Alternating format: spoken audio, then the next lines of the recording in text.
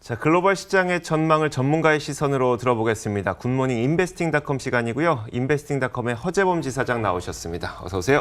안녕하십니까. 네, 반갑습니다. 자, 오늘도 저희가 이 새로운 시도를 계속 이어가도록 하겠습니다. 인베스팅닷컴, 전 세계에서 월간 기준으로 한 2,300만 명이 사용하고 있는 인베스팅닷컴에서 가장 많은 사람들이 보고 있는 뉴스가 뭔지를 한번 살펴보고 그 가운데 몇 가지 내용을 꼽아서 분석해드리도록 하겠습니다. 자, 오늘도 가장 인기 있는 기사를 살펴보면요. 주식시장이 상승을 하다 보니까 주식시장이 왜 상승했을까? 그 뉴스를 많이 보고 있고 그 바로 밑에 보면은 이게 다 무역 분쟁의 무역 협상, 이 대화 재개에 대한 기대감이다라는 이야기가 나오고 있습니다. 자, 그 아래로 보면 쭉 사람들이 관심 갖고 있는 내용들이 많은데 오늘은 제가 이 내용을 좀 먼저 보고 싶어서요. 유가가 올랐습니다. 뭐 주간 기준으로 봤을 때는 그렇게 올랐다고 보기 어렵겠습니다만 어젯밤 사이에서도 올랐는데 왜 올랐을까? 그 내용을 한번 짚어보도록 하겠습니다. 자, 제목을 먼저 보면요. 6주 동안에 유가가 좀 뭐라고 할까요? 원유 재고가 많이 감소를 했죠. 그렇죠. 감소를 하면서 유가가 올랐다라는 거고요. 영국과 이란 간의 긴장감도 좀 완화되고 있다라는 제목이 나오고 있습니다. 자, 그 내용을 한번 살펴보도록 할게요. 저도 사실 좀 의외였던 게 계속 시장에서 우려했던 거는 글로벌 무역 분쟁으로 인해서 원유의 사용량이 많이 줄어들 것이었다였거든요. 근데 전혀 반대의 결과예요. 일단 그 원유 미중 무역 전쟁으로 인해서 전 세계 경기 침체가 우려되었고 경기 침체는 결국 원유 수요가 줄어들게 됩니다. 네. 미국도 최대 생산국이면서도 최대 소비 국가이기도 하고 중국도 최대 소비 국가이죠. 원유 입장에서는. 그러니까요. 지금 현재 그런 상황입니다만은 오늘 시장은 WTI하고 그 브렌트가 약 1% 정도. 지금 이 시황 레포트가 나올 때 기준으로 1%입니다만은 지금 현재 그 시장은 보시면은 지금 네. 여기 오른쪽 박스를 보시면 그 WTI가 1.6%, 브렌트 오일이 1.56% 상승하고 있습니다. 제가 지금 좀 준비를 해놨어요. 아직 선물 시장이 마감까지 5분가량 남았는데 지금도 거래가 되고 있습니다만 WTI 가격이 1.6% 정도로 장중 상승 탄력을 계속 키워나가고 있는 상태거든요. 그렇죠. 일단 그 이유를 지금 첫 문단에서 잡고 있는데요. 첫 문단에서 나타나듯이 지금 현재 그 이유를 미국의 원유 재고가 6주 연속 감소 현상을 보이고 있습니다. 네. 그리고 미중 무역 협상에 대한 기대감이죠. 일단 이 미중 무역 협상 재개에 대한 기대감은 블룸버그가 어제 레포트를 했죠. 네네.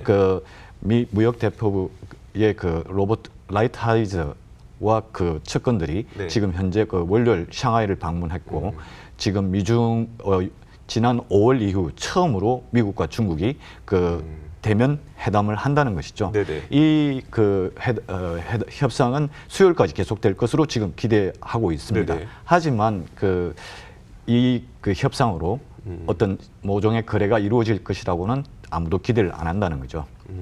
그런데 유가가 올랐다는 게 또 신기한 거죠. 일단 지금 현재까지 5월 이후 무역 협상의 중단이 되었죠. 네.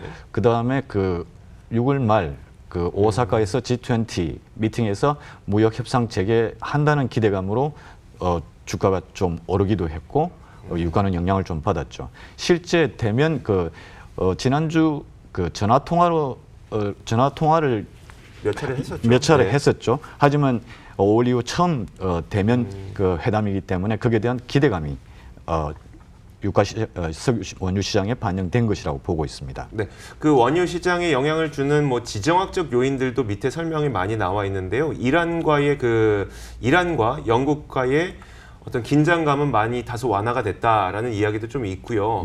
이 내용도 사실 어떻게 보면 긴장이 완화됐기 때문에 유가의 하락 요인임에도 불구하고 유가는 또 올랐으니까요. 이 내용도 어떻게 분석하고 있을까요? 일단 이 뉴스는 그다지 크게 원유 시장의 상승 요인은 안 된다고 보죠.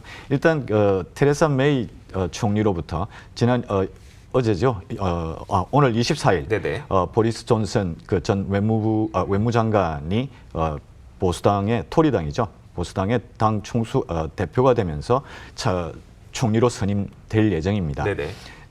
거기에 대해서 이란의 외무장관이죠. 자바드 자리프가 트위터로 이와 같은 메시지를 보냈죠. 축하한다는 인사와 네. 포멀 카운터파트라는 것은 영국의 외무장관이었기 때문에 네. 이란의 외무장관이 그 전 동료였던 전 동료에게 축하한다는 이야기죠. 보리스 존슨 네네. 영국의 총리가 된 것을 축하한다는 이야기고 그렇지만 그 다음에 그 메시지 트위트죠. 제가 이 하이라이트가 잘 안 돼서 그렇습니다만 이란이 이 부분을 보면은 대척하고 싶지 않다는 건가요? 그렇죠. 이란은 서로 대척하고 싶지 않다는 이야기고 하지만은 페르시안만 연안에 1,500마일에 걸친 그 연안은 자기네들이 소유하고 있다는 것이고 네. 이 페르시아만의 수역은 우리의 수역이고 우리가 지킬 것이라는 그런 내용을 하면서 보여주면서 그다지 어느 정도 축하를 하지만 축하 속에 어느 정도 뼈가 팽팽한 긴장감을 보여주는 그런 모습입니다. 계속 긴장감은 있다는 것으로 우리가 좀 받아들이는 것이 더 나을 그렇죠. 것 같네요. 알겠습니다. 자, 원유 이야기는 여기까지 하도록 하겠고요. 다음으로 많은 분들이 좀 보고 있는 뉴스가 무엇인지를 제가 좀 준비를 해놨습니다. 인베스팅닷컴에서 매주 수요일과 금요일마다 코믹, 우리나라 말로 따지자면 뭐 10,000평 정도가 될 것 같은데 이걸 또 나올 때마다 많은 분들이 보셨어요. 어떤 내용인지 한번 직접 볼게요. 코믹으로 넘어가기 전에 네네. 앞서 원유에서 맨 마지막 부분 한번 보시죠. 한 가지 더 볼까요? 예. 네. 자, 어떤 내용을 스냅샷이라고 맨 마지막 문단의 API죠. 네. 아메리칸 피트롤리움 인스티튜트에서 미국 시간으로 화요일 오후 4시 30분이니까 좀 전에 발표된 내용입니다. 5시 반이죠. 그렇죠. 시간으로. 네. 이게 API에서 주간 원유 재고를 발표하는데요. 이전 주가 140만 배럴 감소였습니다만은 7월 23일 발표된 내용을 보게 되면은 1,100만 배럴 정도 원유 재고 엄청나게 감소가 됐죠. 있다는 거네요. 그 이야기는 원유 시장의 강력한 상승 요인이 될 수 있고 이 API 데이터는 내일 발표되는 미 에너지청의 재고죠. 미 에너지청의 재고에 그대로 반영한다고 보시면 됩니다. 네. 현재 에너지청의 재고는 7월 19일로 끝나는 주에 대한 데이터가 발표될 예정인데요. 현재 400만 배럴 그 주에 네.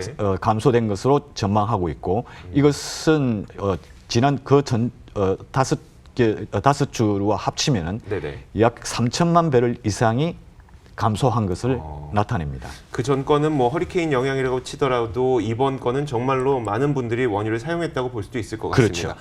자, 이어서 다음 제가 말씀드렸던 우리말로 10,000평 코믹 한번 살펴보도록 하겠습니다. 지금 그림을 살펴보니까 제 제목은 거대한 테크 공룡들의 기업 실적이 정책에 대한 불확실성으로 인해서 좀 지배당하고 있다 이런 내용처럼 보이는데 참 그림이 인상 깊습니다. 페이스북의 마크 저커버그, 그 다음에 아마존의 제프 베조스, 구글의 레리 페이지, 이들이 마치 범죄자처럼 여기 앞에 서 있는 그런 모습이에요. 예, 우선 제목을 말씀해 주셨습니다만은 지금 현재 미국의 IT 기업, 그대 테크 기업의 초미의 관심사는 물론 실적도 있겠습니다. 하지만은 독점 금지법 네네. 그리고 정부의 규제 이 부분이 상당히 이 미국의 IT 기업들이 아마존이나 페이스북이나 구글 보시면은 상당히 거대 기업화됐죠. 그렇죠. 전 세계 광고 검색 시장을 독점하는 네. 그리고 아마존은 미국뿐만 아니라 세계 최대 이커머스 회사죠. 네. 지금 이 그림에서 보시면은 페이스북의 주크버크와 그다음에 아마존의 베조스가 폴리스 라인에 구글의 대표와 같이 폴리스 라인이라죠. 미국에서는 경찰에 잡히면은 일단 사진을 찍죠. 사진을 찍는 그런 형태로 나왔습니다만 이것이 바로 이제 미 정부의 독점 금지와 규제에 대한 그것을 나타내는 거죠. 네. 일단 그 이번 주에 S&P 500의 기업들 중에서 약 4분의 1이니까 약 130개 이상의 기업들이 실적을 발표합니다. 특히 그 주목을 받고 있는 것은 물론 보잉이나 맥도날드나 오늘 발표된 유나이티드 테크놀로지스도 물론 큽니다만은 모든 투자자들이 지금 관심을 갖고 있는 것은 미 정부의 이런 규제, 독점 금지의 조사를 받고 있는 페이스북이나 아마존 그리고 구글의 모의사인 알파벳에 대한 관심이죠. 페이스북은 수요일 날 시장이 마감하고 난 다음에 발표를 할 예정입니다. 그런데 지사장님 중요한 거는 만약에 지금 의회 청문회에도 이들이 이제 불려갔다는 걸로 저희가 듣고 있었는데 그렇게 될 경우에 이 기업들은 어떻게 되는 거예요? 뭐가 달라집니까? 일단 이전에 1910년대에 미국의 거대 석유 기업이죠. 스탠다드 오일이 여러 회사로 독점 금지법으로 여러 회사로 분사되었고 그다음에 AT&T도 하나의 예가 되죠. 네네. 그런 상황이기 때문에 그리고 지금 오늘도 발표된 유나이티드 테크놀로지도 원래 모회사는 보잉입니다. 네네.